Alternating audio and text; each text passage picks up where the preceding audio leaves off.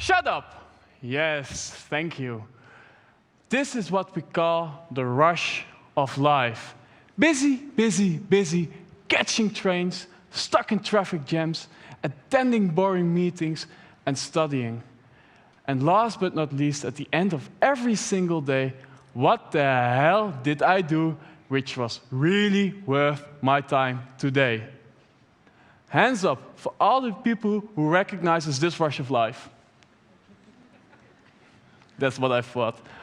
For me, it was the same with my study and therefore my life. In fact, it made my life pretty much boring and contained by unnecessary rules and borders. Until I moved into Humanitas, an organization which provides healthcare and housing for elderly people. And there, I found my solution. 3 years ago, Humanitas was looking for students who were willing to be a good neighbor for their elderly residents and to do volunteer work for only 30 hours a month. In exchange, I, as a student, am still allowed to live there for free. Yes, ladies and gentlemen, I don't pay anything. And besides that, I have a really nice room. Although this seems a nice financial solution for students like me, most of the time I get these questions. Why the heck would you live among elderly people? Aren't they very boring to talk to? And do you keep your nose shut all the time? Because let's face it, elderly people have no sense of hygiene. And last but not least, as a student, don't you make too much noise? And to be truly, truly honest about those questions, no, elderly people aren't boring at all to talk to. I'm really a bit surprised by this question, because for me, there is no difference. They are just also human. And no, they don't smell. Yeah, well, maybe sometimes, but... And if I'm truly honest about the question, am I a disturbance? No, not really. In fact, it's the other way around. As you wouldn't expect, I was the one who got disturbed by my next-door neighbor, who is called Madame van Beek. Imagine me sitting behind my desk, learning all the elements of a Greek temple, when suddenly I hear through the wall, "Green!" As you would have expected, she was watching Lingo, and as a result, I could hear every single word from that show. For the people who aren't Dutch, I'm talking about a very typical and old-school Dutch television program, and I'm really, really glad it's off the air. By living in... Gebaar. G-E-B-A-A-R. Gebaar. En dat is goed. Ja. Je mag een bal pakken. Very funny. By living in Humanitas, there's more balance in my life. And therefore, you can see the most unexpected and amazing things in life.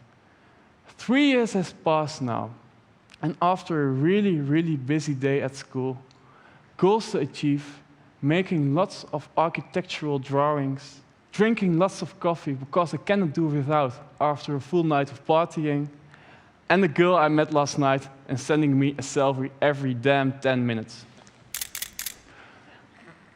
But there is another way of life, because by coming home, everything slows down, and therefore you can see those unexpected things. Imagine, in this chair is sitting an old granny every single day. And we ask about this question. Hi, how is your day? And I'm truly, truly amazed by the high impact of such a simple question.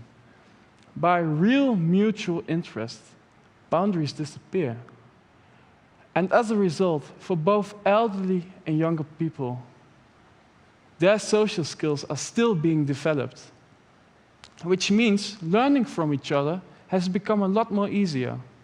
For instance, we teach them how to operate a tablet and using Facebook.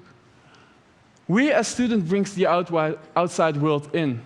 We talk about famous parties like Sensation White, about the most innovating technologies on this current day, holiday destinations, and even about terrorist attacks in Brussels. On their own terms, they tell us their own personal war stories, not something I could even imagine just by reading a book about them. Sometimes I get to learn new stuff, like playing the guitar. And for me, it's not really about learning how to play a guitar, but by giving this man a purpose, that he has the feeling he has still the knowledge and youth, especially in his senior years. Despite his disability to talk, I hope I remind him every day he is still an extraordinary human being, an individual who matters, instead of being part of some elderly group. And of course, not everything is great, because in the last 3 years, more than 50 people passed away. Some I only knew by name or face, others from very, very up close. And from them, I've learned death is a satisfying tool to end a wonderful life. A statement which I've never ever heard from a young adult. What about you? I'm talking about the different perspectives. And by joining those perspectives, your own perspective is becoming much wider. Therefore, you can see the most wonderful things in life, and it already had great use for me and my career. My study has already given me the tools to become a successful designer. But most of the time, those tools can become shackles. You get chained down by your own tools and rules during rush hour. But by slowing down, changing down the rhythm, and therefore widening your perspective, you are far more able to unleash yourself, therefore solving problems and getting grips on the life you actually want to enjoy. And just as my life slows down each time I'm entering in Humanitas, so does this talk slows down as well. And because of it, I have your fullest attention now. So I try to speak the words again, which failed me at the beginning of this talk. Hello, my name is Jurriën Mentink. I'm 22 years old, a student of urban design, and living in a home for elderly people. This helps me to broaden my perspective. This is my solution to dissolve my boundaries. What's yours?